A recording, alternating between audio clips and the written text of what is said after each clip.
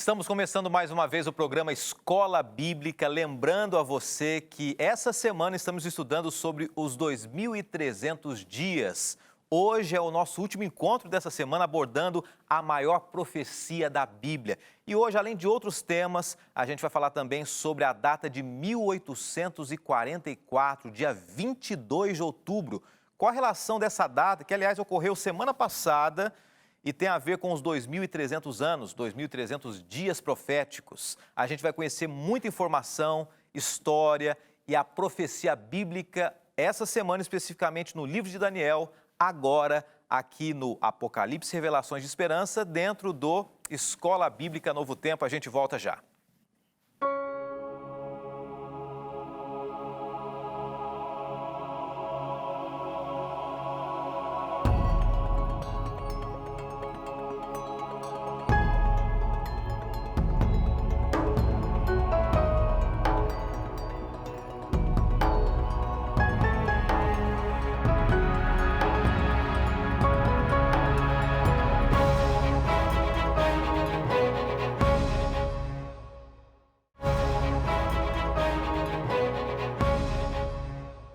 Agora sim, finalmente começamos o programa Escola Bíblica e é bom receber você mais uma vez junto com a gente. Que bom que você escolheu estar aqui para estudarmos juntos o livro do Apocalipse. Estamos na reta final dessa temporada, temos aproximadamente mais 4 semanas aí com 4 fortes temas, mas essa semana é um tema interessante, é um tema diferente.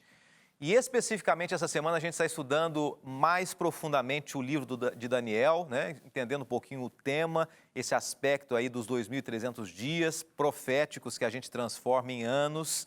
E a gente agradece a você que tem acompanhado. Deixa eu dizer uma coisa aqui, antes da gente começar. O programa está ao vivo e eu já agradeço a você. Lembrando que hoje é uma data muito especial. Aliás, é uma data que ela é bem interessante também. 31 de outubro, último dia do mês de outubro. Existem 2 segmentos ou 2 situações interessantes que ocorrem nessa data. Uma delas tem uma relação com o paganismo religioso, com crenças que surgiram na Irlanda, Estados Unidos, onde se comemora no dia 31 de outubro o dia de Halloween, né, o chamado Dia das Bruxas. Então tem muita gente comemorando hoje essa data. Em contrapartida, a gente vê o Brasil aí, de forma nenhuma criticando, eu não quero entrar no mérito da questão agora, mas é uma data que está sendo comemorada por muitos.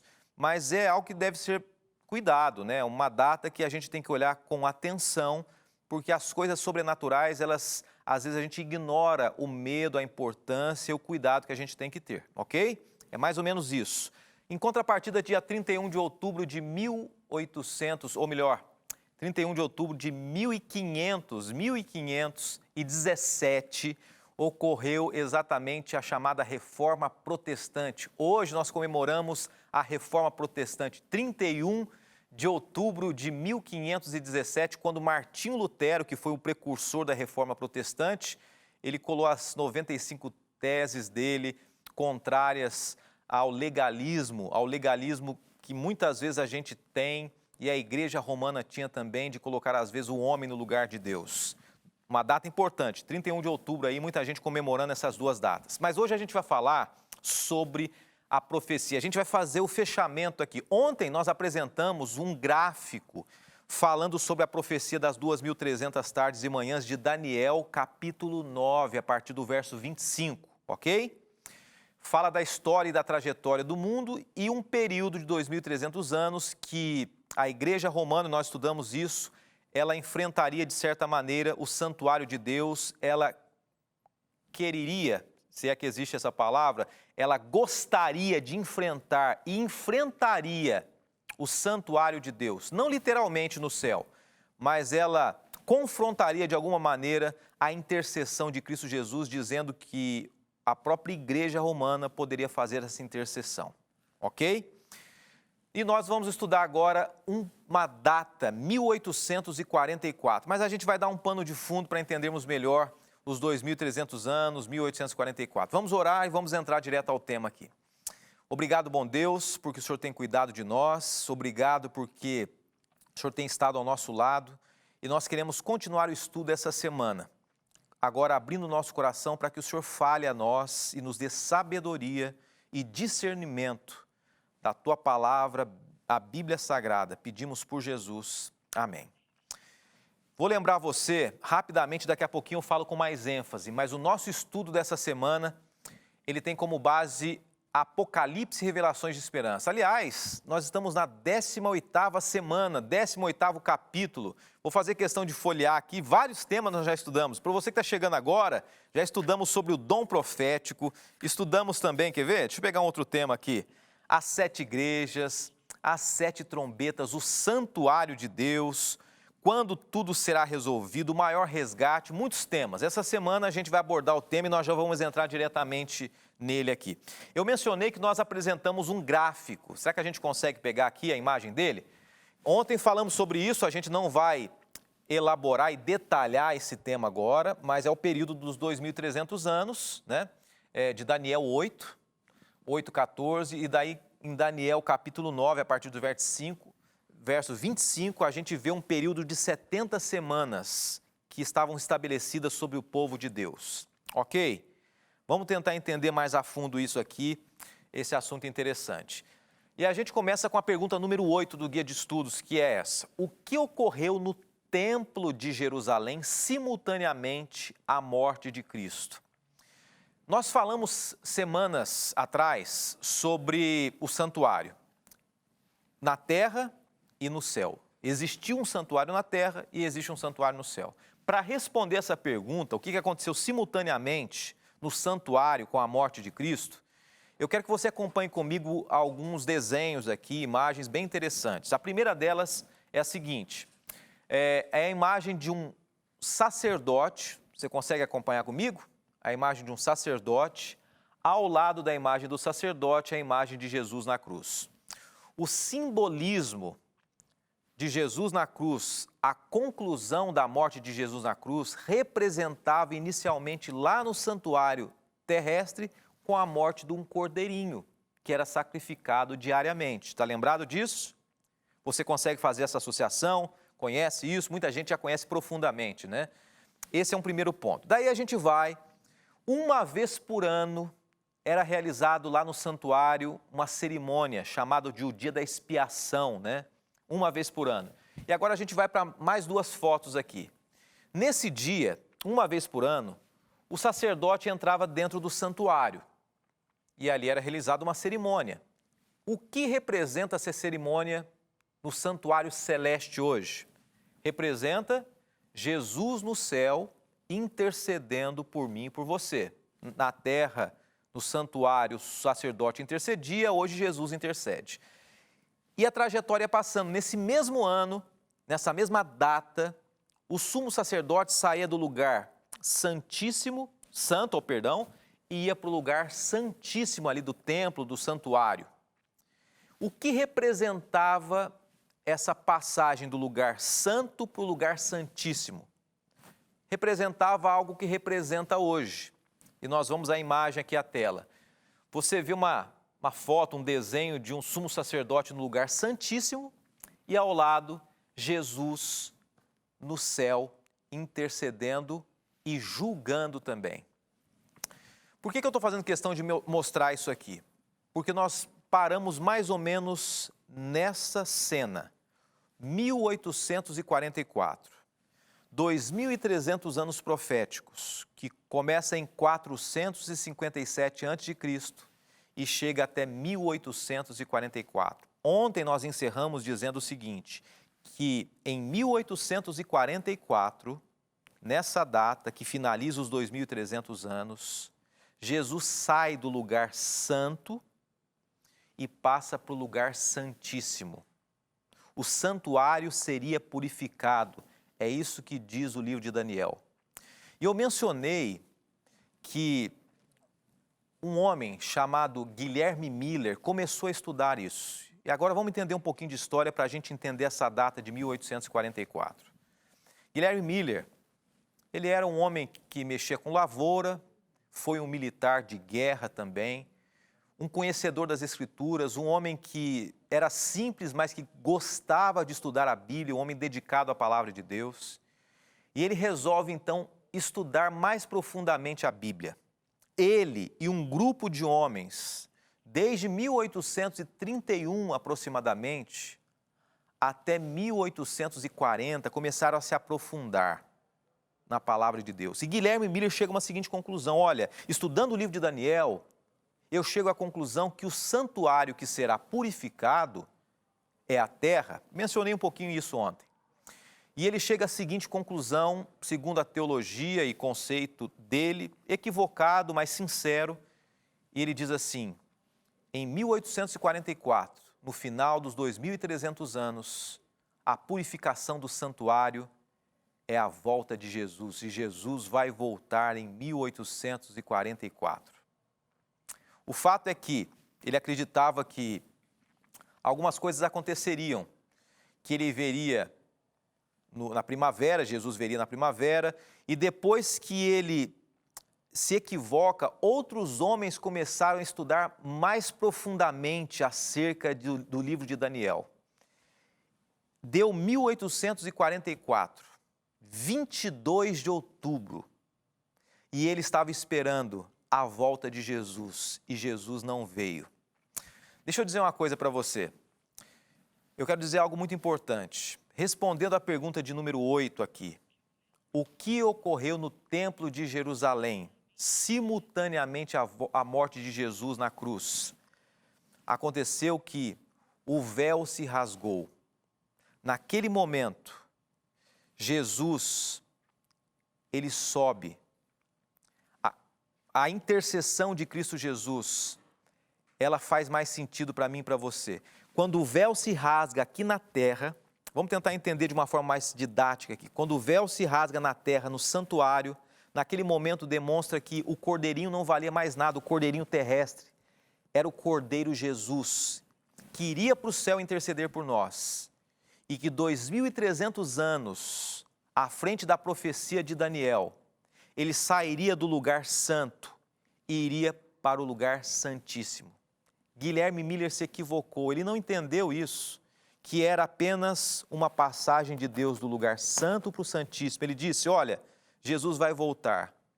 E aí muita gente diz assim: olha, vocês, principalmente adventistas, vocês marcaram data para a volta de Jesus e erraram a data da volta de Jesus. Mas eu quero dizer para você uma coisa interessante. Guilherme Miller, ele começou a estudar, um batista, ele era batista, um homem dedicado à palavra de Deus. Ele se equivocou. Mas mesmo o erro de Guilherme Miller estava profetizado na Bíblia. O equívoco dele estava profetizado na Bíblia. A gente vai entender um pouquinho isso hoje aqui. Antes da gente ir para o intervalo, eu quero resumir o que a gente falou até agora nesse primeiro bloco. Quando o véu do santuário rasgou, o véu demonstrou que o cordeirinho do santuário não valia de nada mais. Agora era o Cordeiro de Deus, Jesus, que morreu na cruz. Jesus morre, Jesus ressuscita, Jesus vai ao céu, Jesus intercede por nós, ele entra no lugar santo e num determinado momento ele entra no lugar santíssimo e ele começa a julgar. Estudando a Bíblia, nós entendemos que em 1844, 22 de outubro, Jesus começa a julgar aqueles que morreram. Jesus começa a fazer o processo de expiação. O santuário seria purificado. A purificação que era feita lá no deserto, no santuário de Moisés, agora não é uma purificação do céu. Não é que o céu precisa ser purificado, mas é um processo de entender que num determinado momento da história, Deus, através de Cristo Jesus, ele começa a julgar a humanidade. Nós vamos rapidamente para o intervalo. Na sequência, a gente vai falar um pouquinho mais sobre o final desses 2.300 anos, a data de 22 de outubro de 1844 e o que aconteceu de interessante nessa data também. A gente volta já.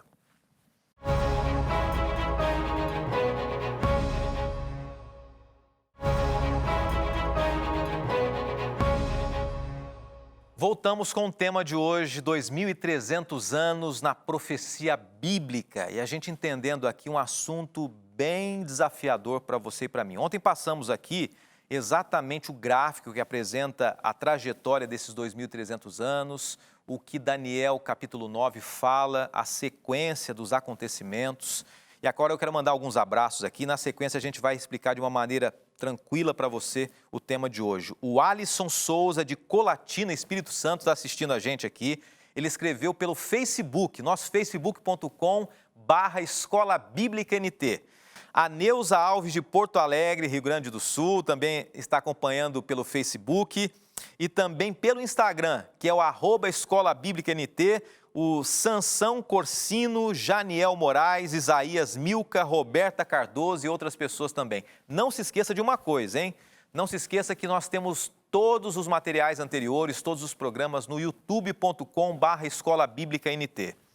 Vamos seguir a abordagem que nós temos apresentado aqui e falando sobre a data de 1844. Eu quero lembrar você de uma coisa interessante. Eu disse que Guilherme Miller começou a estudar sobre a data de 1844 e ele chegou à conclusão que o fato da purificação do santuário seria, segundo ele, a restauração da terra, a volta de Jesus. Mas ele, depois de imaginar isso, contou com colaboradores, com pessoas que ajudaram também a estudar a Bíblia, como, por exemplo, Samuel Snow é o nome dele. Você pode pesquisar aí na história também. Samuel Snow, quem foi? Foi um homem, entre tantos outros, que ajudaram Guilherme Miller a estudar sobre esse tema profundo bíblico. E aconteceu que, ao estudar, chegou-se à conclusão, biblicamente, que no 10º dia do 7º mês do calendário hebraico, em outono, essa data seria dia 22 de outubro de 1844. Uma data bíblica. E disseram o seguinte: nessa data Jesus vai voltar. Há um grande desapontamento.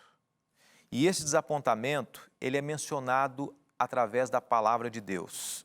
Mas antes, para a gente entender um pouquinho como que a profecia de Daniel, ela foi realmente ocorrendo ao longo da história dos 2.300 anos, eu quero só relembrar você, e a gente volta para a data que eu tenho mencionado, 1844. Existem duas formas da gente entender uma profecia. Uma delas, que normalmente Isaías, Ezequiel e tantos outros homens e profetas bíblicos fizeram, é a chamada profecia clássica.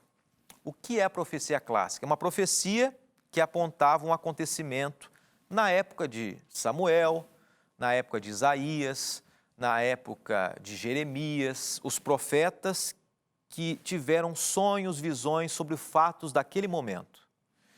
Agora acontece também que existe uma segunda forma de entendermos as profecias, a profecia apocalíptica. E quando a gente vai até os 2.300 anos, a gente entende que uma forma da gente entender a profecia também é que ao longo da história, aconteceu isso com Daniel e com João no livro do Apocalipse, a profecia não era só para um momento, mas ao longo da história, a profecia foi se desenrolando, reinos, nações, até chegar nos dias de hoje. Ao estudarmos Daniel diz o seguinte, que ele não entendeu a profecia, e a profecia seria para os últimos dias antes da volta de Jesus. Essa profecia tão extensa. E por isso que a partir de 1844, começou-se a estudar mais as profecias, estudar mais a Bíblia. Já que Jesus não voltou, já que houve um erro, já que houve um equívoco, homens continuaram a estudar a Bíblia. E na data de 1845, uma conferência com 61 membros chegou à conclusão de que essa profecia de 22 de outubro de 1844 não era uma profecia que apontava a volta de Jesus, mas era uma profecia que apontava de que Jesus, nesse período, saiu do céu, do lugar santo, intercedendo por nós, e naquele momento ele começa, como mencionei há pouco, a julgar aqueles que morreram, a dizer, esse realmente me aceitou, esse será salvo, esse não, por escolha própria. Mas Jesus ainda continua intercedendo por nós. Ele intercede por nós, mas ele também está no lugar santíssimo, julgando como o sumo sacerdote fazia no Antigo Testamento. Nós temos uma pergunta que a gente tem que responder aqui, que é a pergunta número 9 do Guia de Estudos. Estamos no capítulo 18, tá? Quando as profecias de Daniel começariam a ser plenamente compreendidas? Eu mencionei por alto aqui. Daniel 12:14 diz assim: mas você, Daniel, feche com um selo as palavras do livro até o tempo do fim. Muitos irão por todo lado em busca de maior conhecimento. E olha que interessante isso, Daniel não entendeu a profecia. E a mensagem de Deus para ele era a seguinte: olha, não adianta você tentar entender. Ela só vai ser entendida no final dos tempos. E hoje nós temos tentado entender, buscar na palavra de Deus uma mensagem que Deus revelou a Daniel que tem a ver com os dias de hoje, com os dias que antecederiam a volta de Jesus. Essa é a resposta bíblica. Você vê Guilherme Miller, você vê o sonho dele, a imagem, a interpretação dele. E eu queria que você acompanhasse comigo agora aqui na tela. Guilherme Miller imaginando o santuário sendo purificado, o sonho dele. E nós vamos então até a pergunta número 10. Pergunta número 10 é essa daqui, a última pergunta do nosso guia de estudos. O que o remanescente fiel que surgiria do desapontamento de 1844 deveria fazer? E eu reforço a pergunta para você. Essa pergunta está no guia de estudos. Muitas pessoas acreditavam que Jesus voltaria em 22 de outubro de 1844. Jesus não voltou. Você imagina a decepção de quanta gente imaginando que veria um filho morto ressuscitar. Muitas pessoas venderam as suas casas, imaginando, para que eu preciso ter uma casa se Jesus vai voltar? Houve um desapontamento. Mas Jesus não voltando, algumas pessoas continuaram a estudar a Bíblia. E a pergunta que foi feita aqui é: o que aconteceu com essas pessoas, com o povo remanescente que continuou estudando a Bíblia, que continuou tentando entender o que representava essa data, já que Jesus não voltaria em 1844. E nós vemos a resposta bíblica em Apocalipse 10, verso 11. Então me foi dito, e aqui eu digo para você acerca de uma profecia, me foi dito, é preciso que você profetize de novo acerca de muitos povos, nações, línguas e reis. É preciso que você profetize. Esse é o texto de Apocalipse capítulo 10, verso 11.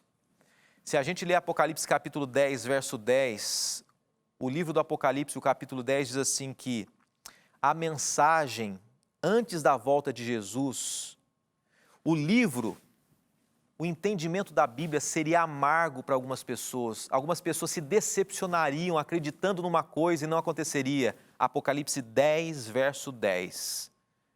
Mas apesar de eles se decepcionarem, o verso 11 diz assim, que essas pessoas continuariam pregando que Jesus iria voltar. Na data de 1845, um povo continuou pregando sobre a volta de Jesus, não marcando mais data. Mas surge então a Igreja Adventista do Sétimo Dia, dentro de um período profético. E no cumprimento de Apocalipse capítulo 10, verso 11, ela começa a pregar e dizer, Jesus vai voltar. Não foi em 1844, foi uma data equivocada. E depois que passa essa data, surge então a Igreja Adventista do Sétimo Dia. Aqueles que continuaram estudando, começaram essa igreja e disseram, precisamos pregar que Jesus vai voltar. Não sabemos o dia, não sabemos a hora, mas eu encerro a mensagem de hoje para você dizendo duas coisas importantes sobre a maior profecia da história. Durante 2.300 anos, o povo de Deus foi perseguido. No final dos 2.300 anos, em 1844, muitos se decepcionaram. Mas nessa mesma data, esse mesmo período, após essa decepção, Deus levantou um povo para pregar sobre a volta de Jesus. E Ele conta com você também. Haveria uma decepção? A Bíblia disse, Apocalipse 10, verso 10. Alguns se decepcionariam, mas não deixariam de pregar. Existem algumas decepções que nós passamos nessa vida. Mas a profecia das 2.300 tardes e manhãs diz assim, Deus está no controle da história haverão decepções, mas não deixe de pregar nunca. Que Deus te abençoe e nós vamos orar nesse momento, vamos falar com Deus. Bondoso Deus, grandioso Pai, obrigado por Tua palavra, obrigado por Teus ensinos, obrigado porque nessa tão extensa profecia entendemos que o Senhor conduziu a Tua história, a história do povo, do Teu povo, conduz a nossa vida e levantou um povo para levantar a Tua verdade. Nos ajude a pregarmos sobre a Tua breve volta e vivermos nessa esperança, oramos em nome de Jesus. Amém, Senhor Deus. Amém. Que Deus te abençoe muito. Semana que vem a gente volta estudando mais um tema ao vivo, 8h30 da noite, aqui na Novo Tempo, Apocalipse, Revelações de Esperança, dentro do programa Escola Bíblica Novo Tempo. Eu espero você. Até lá.